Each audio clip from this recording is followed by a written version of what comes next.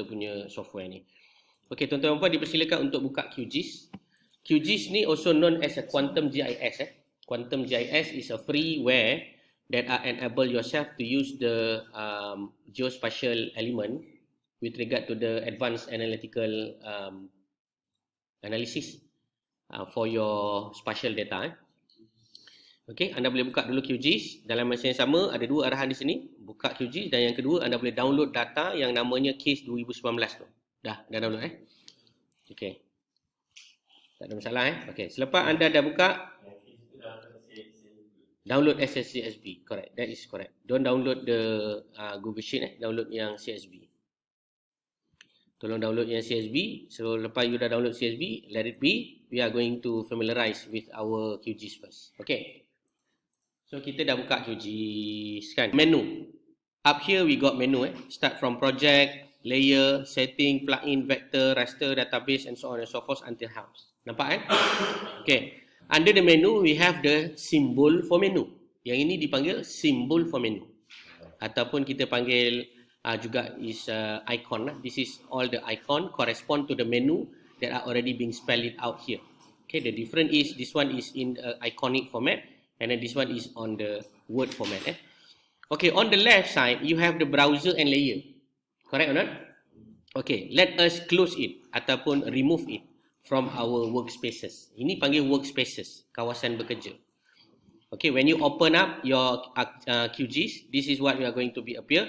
And then I request you to remove the browse and also the layer menu. Dah remove dah?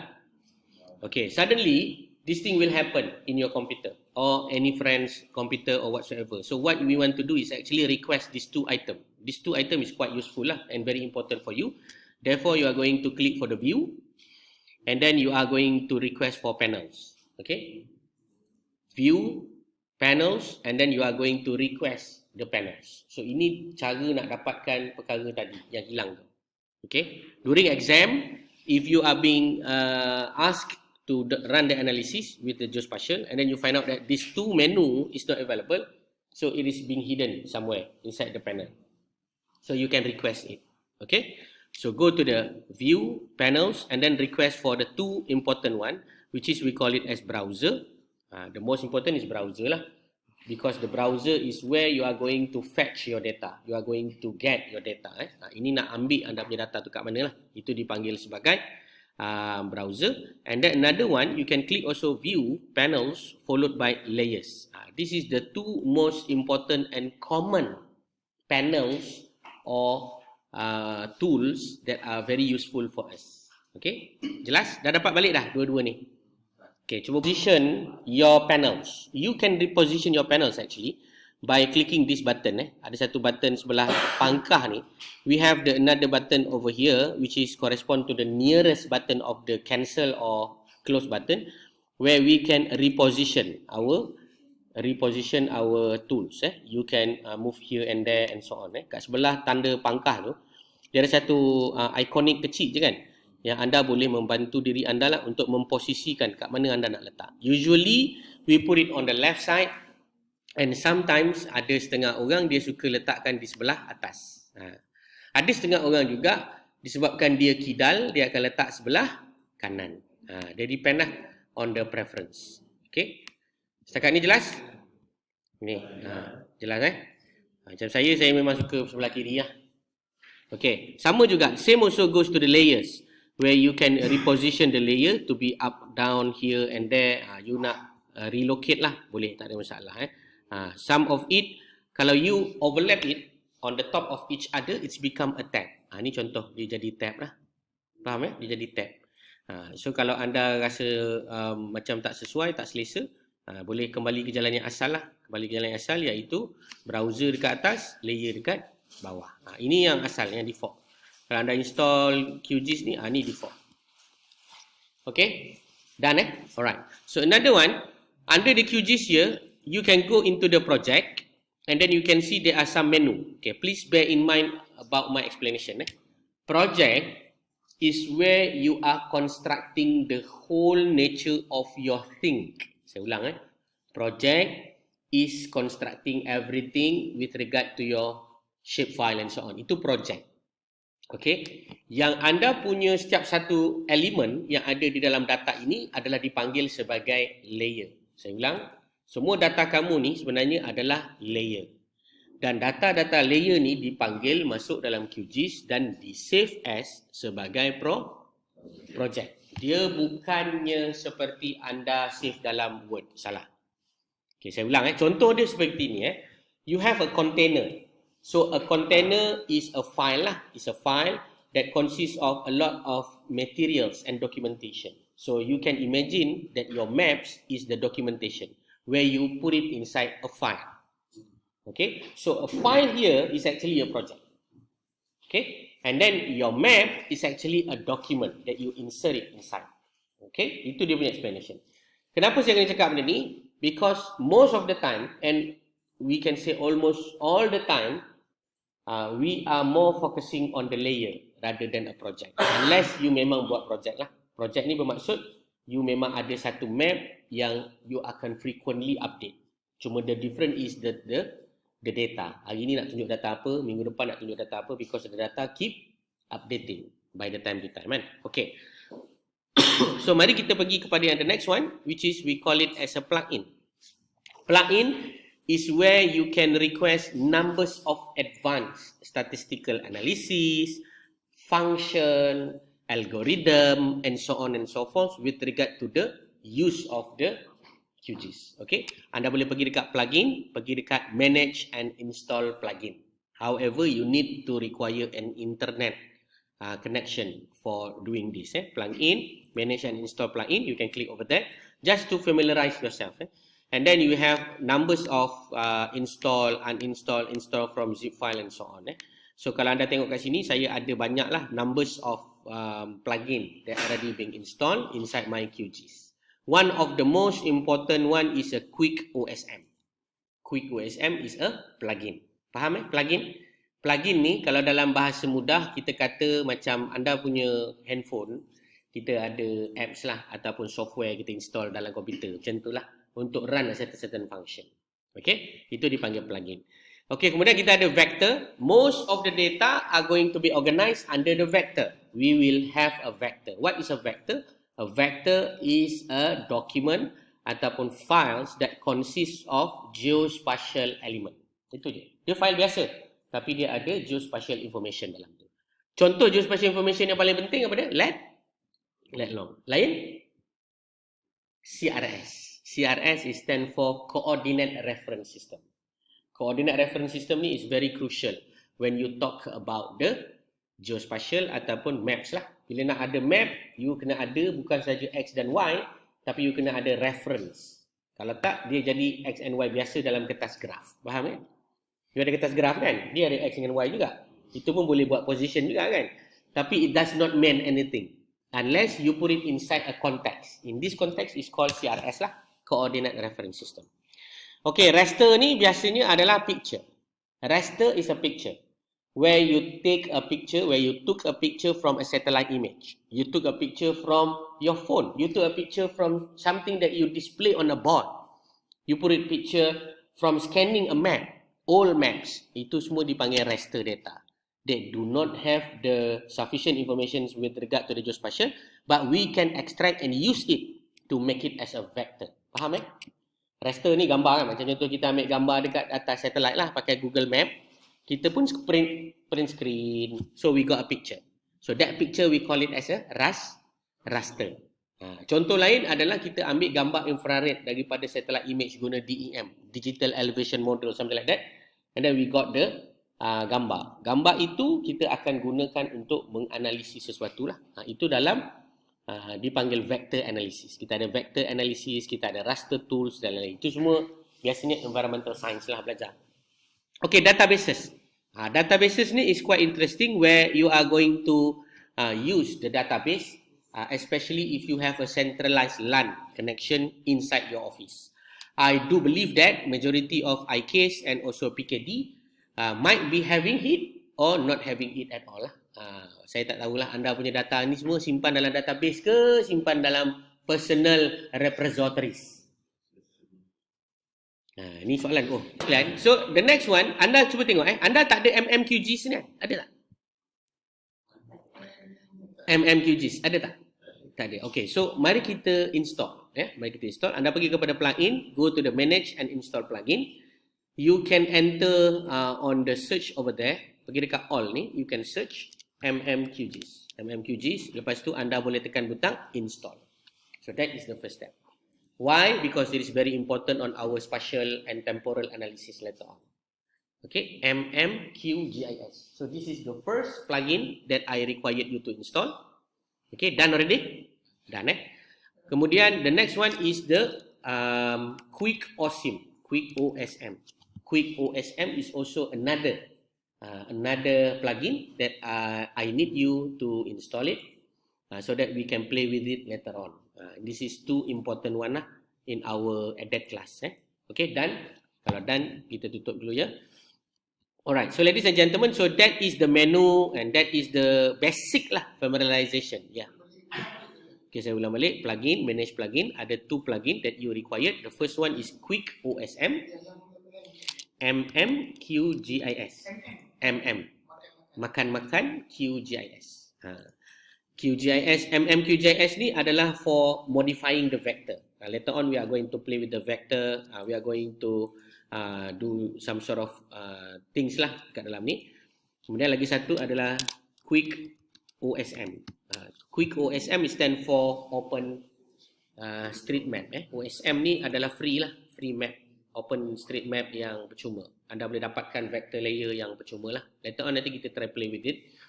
Okay, dah sudah, anda boleh tekan butang pangkah. Alright. So mari kita familiarizekan dengan menu-menu yang ada.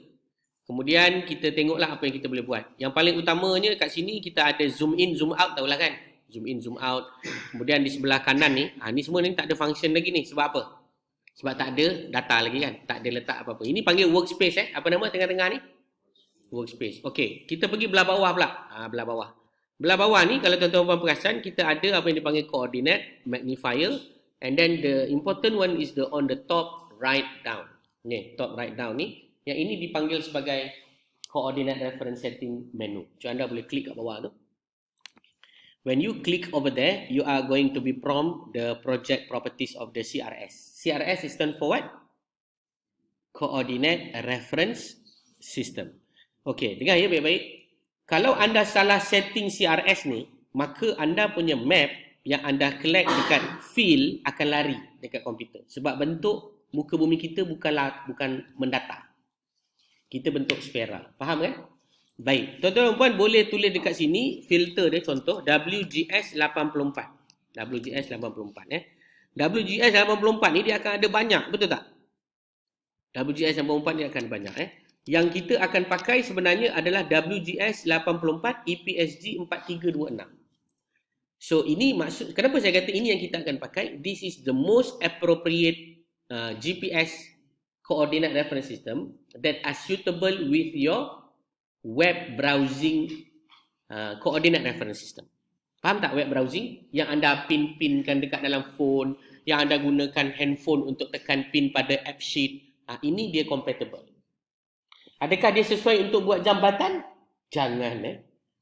EPSG bukan local coordinate. Dia adalah koordinat yang kita gunakan dalam bentuk web apps lah, ataupun Google Map dan sebagainya guna EPSG 4326 WGS 84. Okey, kalau anda dah jumpa, anda boleh tekan apply dan anda boleh tekan butang OK. Pastikan sebelah kanan bawah ni EPSG 4326. Okey, so far so fix the problem with regard to your data. Sometimes anda dapat data dari kawan-kawan anda ni, dapat data dia kata ini pakai kertau. Bila tengok balik bukan kertau. Kenapa saya kata kertau? Kertau ataupun okey, anda boleh klik, saya tunjuk contoh anda boleh tulis perkataan kertau. Kertau MRSO Melaya ni, nampak tak? Ini semua adalah yang dipanggil sebagai Coordinate Reference System negara Malaysia. Contoh anda beli map dekat JUPAM, Jabatan Ukur dan Pemetaan Malaysia. Dia akan ada koordinat land masa surveyor buat di lapangan. So anda kena tahulah dia pakai koordinat reference system apa. Dia tak akan pakai WGS 84 Dia akan pakai kertau RSO. Ataupun MRSO lah. Tengok, itu cerita oblique mengkata pada RSO. Kita ada lagi contoh yang dipanggil sebagai GDM. Tak silap saya sekarang ni pun dia orang tukar kepada GDM 2000. Kita ada dia guna Cassini Sogner. Oh, ni nak cerita lah pula ni. Cassini Sogner, lepas tu oblique Mercator ni tadi. Ini semua adalah coordinate reference system yang digunakan bagi localized area. Ini penting. Ini penting sebab apa? Sebab dekat land tak akan sama dengan apa yang anda tengok dekat dalam komputer. Sebab land ada elevation, ada azimuth against the sun. Dia memang kena pergi ke land. Ini pentinglah untuk buat jambatan, untuk buat jalan. Kalau tak, sengitlah jambatan awak tu. Faham tak? Sebab awak gunakan AppSheet. Setakat nak, katakanlah awak nak buat rumah pakai AppSheet. Boleh tak? Boleh. Tapi rumah awak mungkin sengit lah. Sebab bila awak pin koordinat tu, dia lari. Lepas tu pula, orang yang pin tu orang yang lain-lain. Ada seorang yang ketar tangan, ada seorang yang gegok, guna handphone yang berbeza. Dia tak standardized. Apa jadi? You punya reference and all the calculation are going to be disturbed in all manners. So that's why, kalau nak buat dekat lapangan, ini kena dapatkan bantuan daripada pakar-pakar di JUPEM ataupun land surveyor. Land surveyor memang belajarlah benda-benda ni. So tuan-tuan pun kena tahulah secara asas Malaysia ada beberapa koordinat reference system sendiri. Contohnya apa dia tadi? GDM 2000 dengan Kertau. Kertau MRSO. Saya adalah beberapa map yang pernah dikongsikan oleh JUPEM. Kalau tuan-tuan puan nak, bolehlah. Biasanya dia digunakan sangat penting untuk lot cadastre. Apa maksud lot cadastre? Lot tanah tu. Lot tanah mesti pakai ikut negeri berkenaan lah. Sebab ada setengah negeri dia pakai Cassini Sogner, ada setengah negeri dia pakai Kertau. So ikut negeri masing-masing dan lain-lain lah. Kemudian tak silap saya Malaysia ke arah standardization lah. Mungkin dia orang guna lepas ni is GDM 2000. Nevertheless, kenapa saya cerita benda-benda ni dan kenapa kita tak pakai benda-benda ni? Sebab kita punya data yang anda collect biasanya bukanlah data land. Anda collect data mobile apps. Faham ya? Melainkan kalau anda tak percaya apa saya katakan ni, you can refer back to your GPS location yang you biasa gunakan dengan kawan-kawan denggi tu. Dia set as apa? I do believe that majority of them are set as WGS 84 lah. Dia tak set as the Cassini Sogner ataupun GDM 2000. Alright, so itu adalah coordinate reference system. It's quite technical, it's quite overwhelming to talk about all these things at the moment. Tapi that is the principle. When you use the data, make sure you know what is the coordinate reference system ataupun dia punya projected coordinate reference system punya values. Alright, so next we go into the project. Under project here, we got new. Correct or not? Okay, you can click that one, new. Do you want to save the current project? I'm going to say do not save lah. And then it's going to be blank like this. Dia akan buka satu workspaces yang putih, bersih. Tidak ada apa-apa kotoran di situ. Ibarat bayi yang baru lahir. Okay, dah dapat ya? Dapat kan? Alright. So, mari kita belajar pula tentang macam mana nak gunakan kita punya QGIS ni. Okay, pertama, tuan-tuan dan puan akan ada browser di sebelah kiri, betul? Saya ingin maklumkan untuk penggunaan QGIS, I just want to recap to all of you. When you want to use QGIS or any special element, make sure that you insert everything with regard to your data in a dedicated folder. Okay, in this case, I already asked you to download the file just now, correct or not?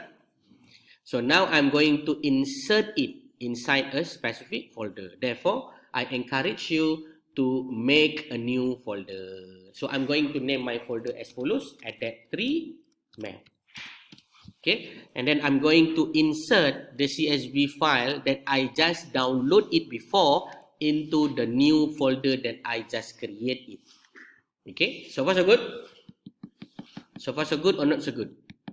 Not so good. Dedicated folder. After this, dengar baik-baik. Sebab lepas ni confirm anda akan kicap. After this, all the things with regard to the files that we created, just put it inside a specific folder. Macam dalam saya ni, saya namakan dia ADAT3 Maps. Anda punya folder nama lah. Dan anda letakkan kat mana, anda kena tahulah. Okay? Faham ya? Alright. So now, let us navigate our file. So you go to the browse over here on the left corner of your QGIS. you can find out that we have a favorite over here, we got a volume. Correct or not? You can expand this one a little bit so that you can search it much more better. So I'm going to relocate my file. So tuan-tuan dan puan boleh tekan butang favorite ni. Nampak favorite ni kan? Right click and then go to the add a directory. So add a directory enable you to redirect to a specific folder that you already assigned before. So in this case, I already put it like this lah. Saya tekan butang open. So saya dah ada perkataan user Ismail SA downloads added 3 maps. Ini adalah saya punya apa dia? Folder. Folder ni sebab apa? Nanti bila saya klik satu button, when I click this button, I can navigate through my files. It's easier. Okay, it's easier to do like that. I make a repetition again. So let me just remove the unnecessarily folder over here. So let's say this is your view, correct? First step, you go to the favorites, right click, go to the add a directory, and then please find out the folder that you create just now. So in my case, added 3 maps is my folder, and I'm going to click open. Automatically, it's going to be appended over there. So when I close the QGIS later on, when I reopen it again, I will find out the favorite is there. So I don't need to re-navigate or cari-cari the file and so on, which make my life miserable later on. Okay, that is the basis. Understand? And if I want to save something also after this, I can navigate it through there also. No need to go to the other places. Alright, habis itu step yang pada saya essential and important lah. Alright, the next one is the volume is volume. Tahu kan volume ni macam anda punya C drive, DE lah. Lepas tu kita ada spatial bookmark, home dan lain-lain. Ini depends kepada tuan-tuan dan puan. Lagi satu yang utama bila kita pakai QGIS adalah XYZ tiles. Nampak tak kat situ? XYZ tiles. Ada tak? Ada kan? Okay. I do believe that majority of you do not have satellite. Correct or not? You only have the OpenStreetMap and also perhaps only maps. Betul? Itu dua je anda ada. Betul tak? So let us try to have a satellite map. Okay, I share you one example. You can click the OpenStreetMap. Click OpenStreetMap by double clicking it. You akan nampak something like this lah on your workspaces. Betul tak? Dia akan keluar map. Keluar ke tak? Keluar. Ini dipanggil OpenStreetMap lah. Okay, cantik tak OpenStreetMap ni? Cantik lah kan sebab dia percuma kan. Cantik lah kan. Taklah cantik sangat tapi boleh lah. Ya? Dia update tak update, kita pun tak tahu. Okay. Kemudian cuba tuan-tuan dan puan tekan butang yang second you all ada adalah maps kan? Betul tak? Satu adalah OpenStreetMap. The another one is the maps. Betul tak? Okay, ni maps. Betul? Maps and Mapzen Global Train. Okay, itu yang you ada. Dia akan Mappens and Global Train ni takut dia loading lama. So tak apa, kita buang je. Buang je.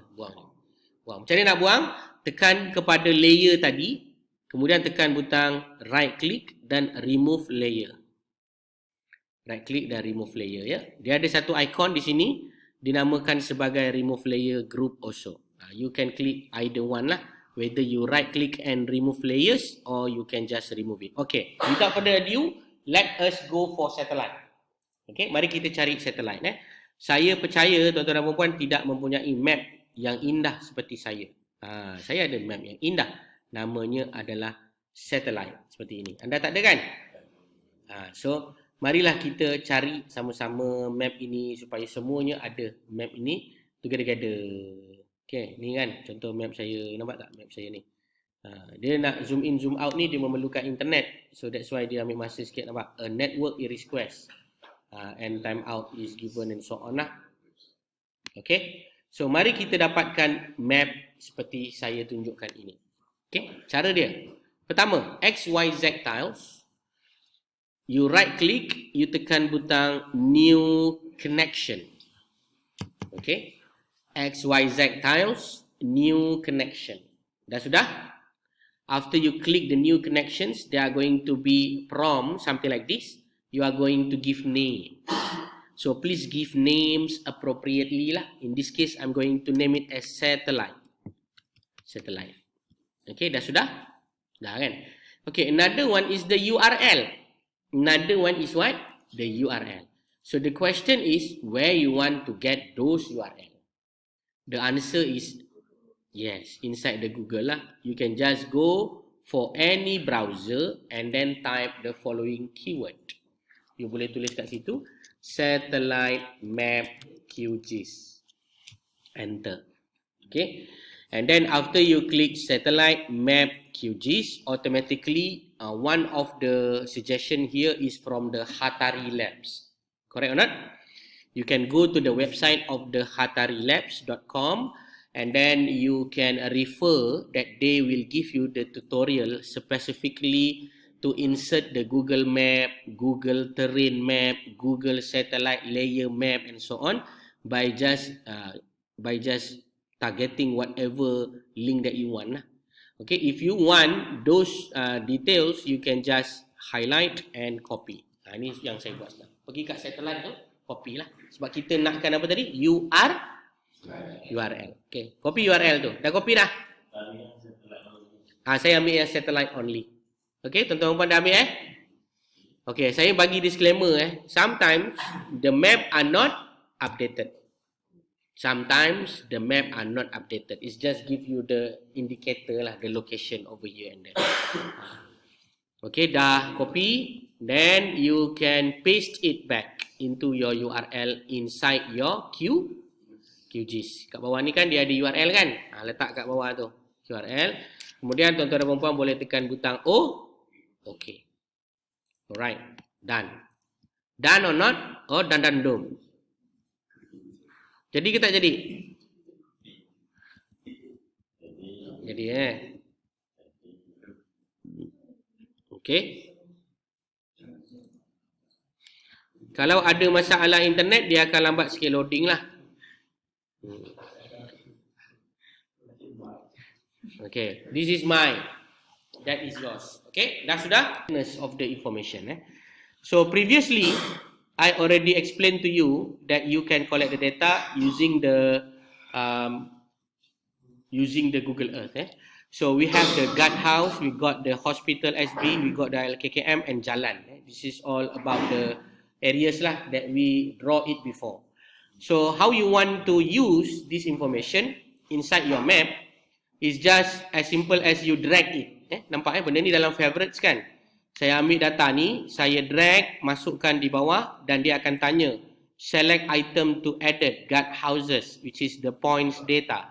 So I'm going to click add layer. So after clicking the add layer, so I got this dot is actually showing the guard house lah.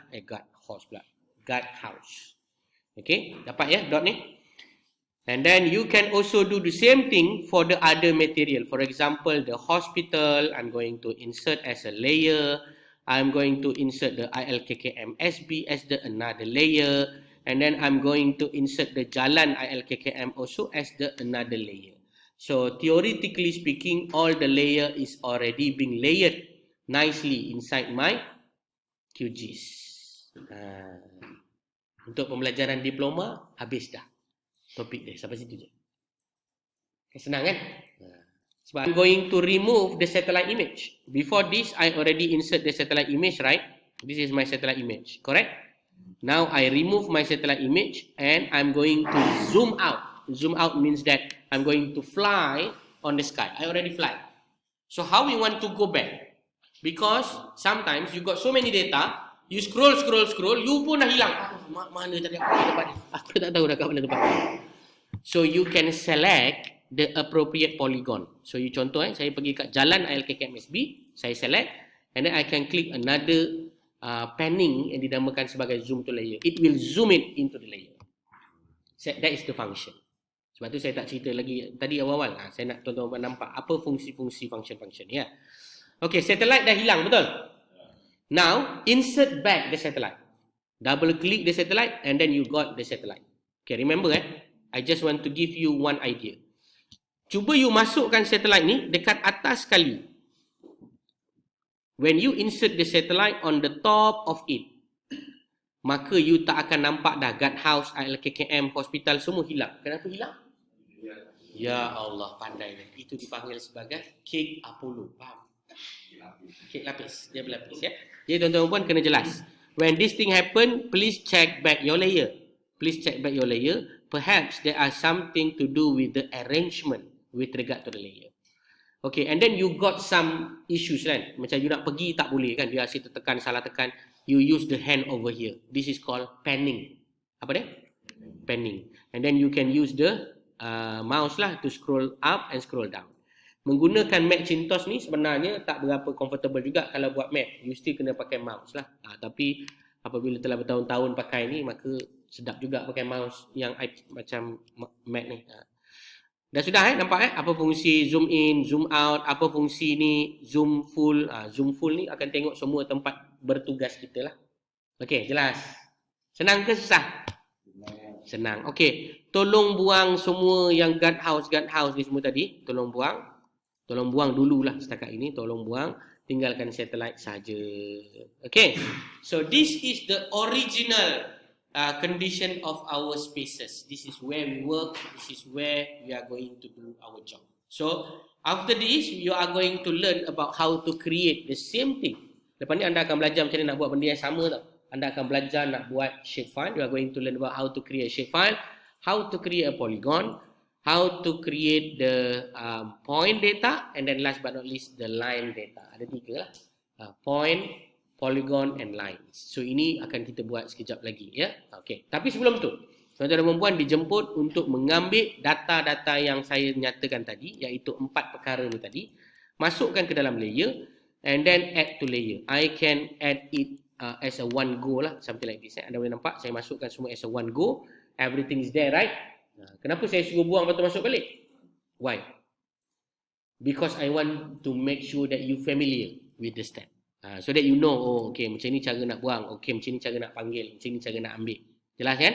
Alright. So next, kalau tuan-tuan perasan, all this data or all this file is actually .kml. Kita masuk KML. Keyhole Market Language kan. Keyhole Market Language ni sesuai untuk web base. Apa dia? Web base. Jadi tuan-tuan dan puan dijemput untuk menukarkan dia kepada a shape file. Shape file. So macam mana kita nak tukar dia kepada shape file? Ini yang kita nak belajar. The powerful of the QGIS or any other software lah. Sebenarnya tuan-tuan boleh tukar shape file by just going to any converter outside there. You can convert it straight away. Contoh you can type KML to SHP. Nampak? KML to shapefile. Dia akan keluar numbers of product that enable you to convert it online lah. Okay, nampak kan? Boleh tak kita gunakan? Jawapan dia boleh. Adakah berbayar? Ada yang berbayar, ada yang percuma. Tak ada masalah ya. Yang kita nak belajar sekarang, we are going to learn now is actually how to convert it ourselves using the QGIS. So the way to do that is very simple. You select, okay, dengar baik-baik dekat layer ni, just to give you some idea, after you click something, you can panning it. Maknanya you can go and zoom it down. You can also select and deselect. You can try it now. Select and deselect. You can see when you select it, it will appear. When you deselect it, it will not appear. Okay, and all of this is the data with regard to the vector. Ini semua data vector lah. Tapi format dia KML, bukan shapefile. Biasanya kita akan pakai shapefile. Anda juga boleh, you can go to the guardhouse. For example, this is point data. Anda boleh nampak kan dia ada tulis dot. Ada 3 dot di situ. Betul? Ini adalah point data. You can right click and then you can see there are some properties. Betul tak? Properties. Nampak ya? You can click the properties. Inside the properties over here, you can do a lot of things. For example, you can go to the source. You can assign the coordinate reference system. You can see the information with regard to the data. This is where you can know who owns the data, when the data is being manipulated, what kind of the coordinate reference system is used before, and so on and so forth. Ini macam forensik lah juga sikit kalau anda nak tahu kan data-data ni. You can go to the symbology and so on and so forth by just right clicking it. Jelas Right click into the guardhouse, go to the properties, you can do a lot of things. Especially biasanya yang kat sini lah CRS ni. Anda dapat file tu, anda tak tahu CRS kan?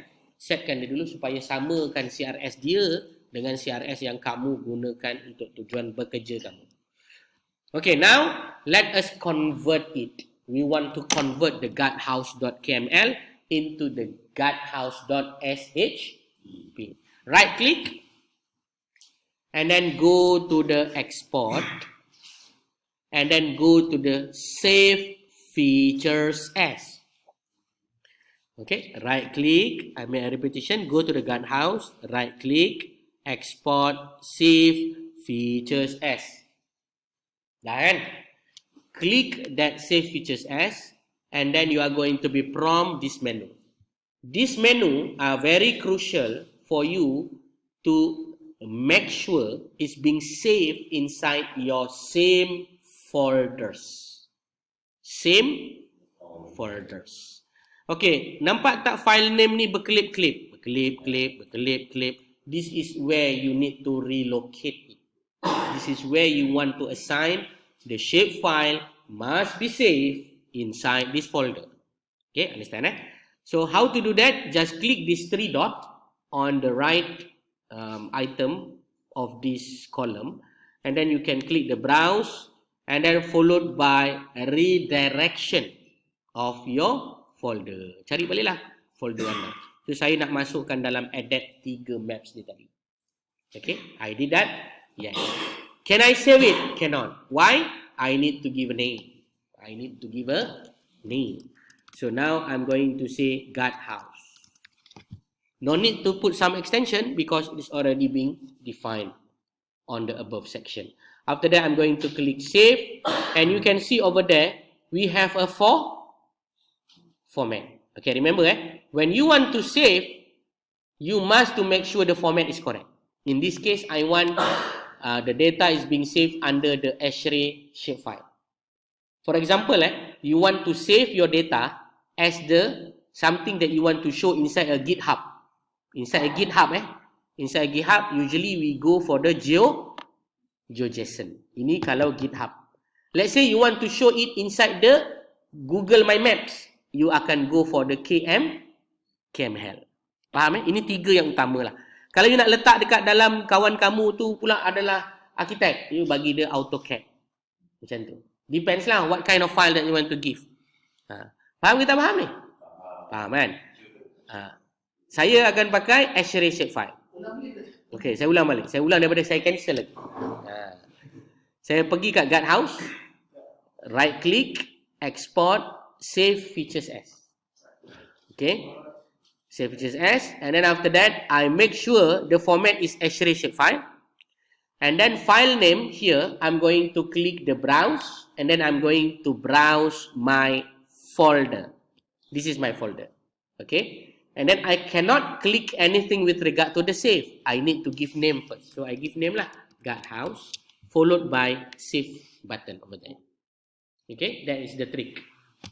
Done Done. After that, CRS. CRS ni as default lah. Dia akan ikut CRS default kita, WGS 84, EPSG 4326. And then you can go over there and then you can see add save file to map. Apa maksud add save file to map? When you click save, it will save inside a folder and then it will show it inside the layer. Faham tak? Dia save, lepas tu dia tunjuk kat dalam layer. So lepas ni, jangan terkejut, akan ada 2 guardhouse. Sebab satu guardhouse adalah shapefile, satu guardhouse adalah KM. Ya, pandai. Setakat ni jelas. Okey, cuba tekan butang OK. Kalau tekan cancel, buat balik lah. Sampai kiamat pun tak akan selesai. Kita tekan OK. So when you click the OK button, then as I mentioned to you, the guardhouse is there, and then the another guardhouse also is there. But this one is KML, and then this one is shapefile. So please remove the KML format. So I remove it already. Okay, remove. Dah remove dah? Dah okay. Remember tuan-tuan dan puan, please have a look on your favorite. If you look into your favorite, suddenly there is a guardhouse.shp. Correct or not? Yes. But you must remember, when you go into the folder, you see that the guardhouse have so many guardhouse. Guardhouse CPG, guardhouse DBF, guardhouse KML, guardhouse PRJ, and so on and so forth. So please bear in mind, when you save one file, it will produce 4 to 6 extensions. 4 to 6 or 7 lah, in fact. Depend on the type. Biasanya shapefile ni minimum dia nak ada 4 file extension. DB, CPG, PRJ dan shapefile.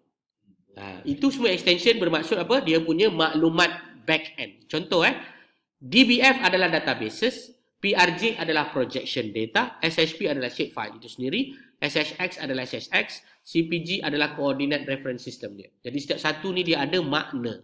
Faham tak? Jadi saya nak ajak tuan-tuan dan puan untuk membuang guardhouse.kml ni. Sebab apa saya kata buang?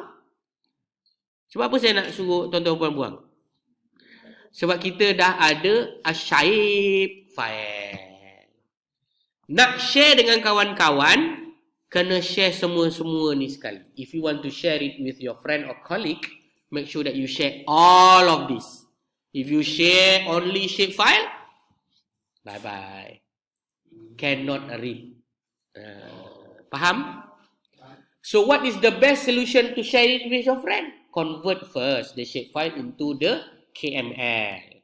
Then you can give the KML because the KML only one file. Tapi dia ada banyak juga limitation KML ni. Whatever it is, kenapa kita pakai shapefile? Because it is much more simplified. It's much more easier to be manipulated inside the QGIS. And then it is also much more easier to read across a different platform. Platform yang offline lah. Tapi nak masuk shapefile tiba-tiba dalam GeoJSON, masuk dalam GitHub, dia tak akan baca. Sebab dia akan dibaca menggunakan GeoJSON. So kat mana nak guna tadi keyword dia? Pergi ke export ni. Export. Faham? Export lah. Dia punya keyword dia adalah menukarkan di export. So I just want to give you one idea.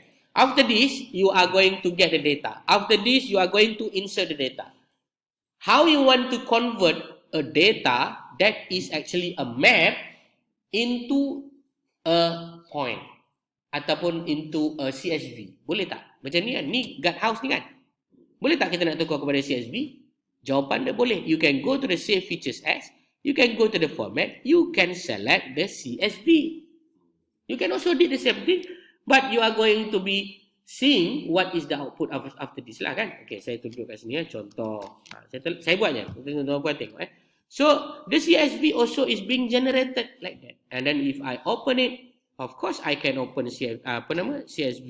But whether it is partially visualized or not, jawapan dia of course not lah. So, kalau diberi data nanti, disuruh buat analisa, anda kena tahu bahawa data itu ada information di dalamnya. We call it as values and attributes, which is we are going to discuss it later on lah. Okay, so now saya nak tunjuk, nampak tak? Dia keluar apa? Dia keluar nama je baik. Nama, testel, apa nama ni? Ini adalah terminologi di dalam Google Earth lah. Extrude, visibility, draw, icon. Dia keluar list je. Nampak? Nampak tak list ni? Nampak. Setakat ni jelas? Jelas kan? Okay. So, itu adalah kisah dia. Kejap lagi nanti kita akan play with it. So, I give you 5 minutes approximately to save the same thing for the others, which is the jalan also you save it, hospital SB also you save it, ILKKM SB also you save it. Save it as what? As shape file. Please do that.